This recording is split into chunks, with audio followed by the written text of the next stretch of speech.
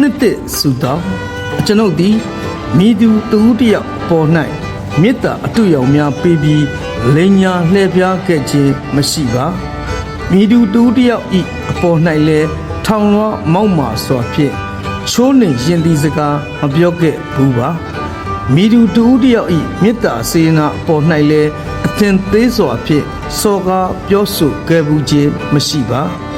မိသူတူတယောက်ဤဖြစ်တည်မှုအားနည်းချက်အပေါ်၌လည်းလောင်ပြောင်တယောခဲ့ခြင်းမရှိပါ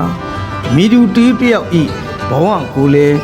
ကိုလိုအပ်ဆန္ဒတစ်ခုအတွက်အတုံးချခဲ့ခြင်းအလင်းမရှိပါ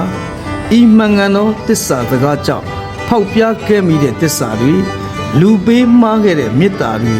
နင်းချီစောကားခံခဲ့ရတဲ့တိတ်ခါတရားတွေအလုံးဝကြွေးတစ်ခုဖြစ်ခဲ့ပါလေဤဘဝဤမြဖြစ်လာကြပါစေတာအယူမြက်ကန်းတရက်ပမာစိတ်အမောင်ဖုံးပြီးအမှားအမှန်မစင်ခြင်းနိုင်သောကိုမဖြစ်ရပါစေတာ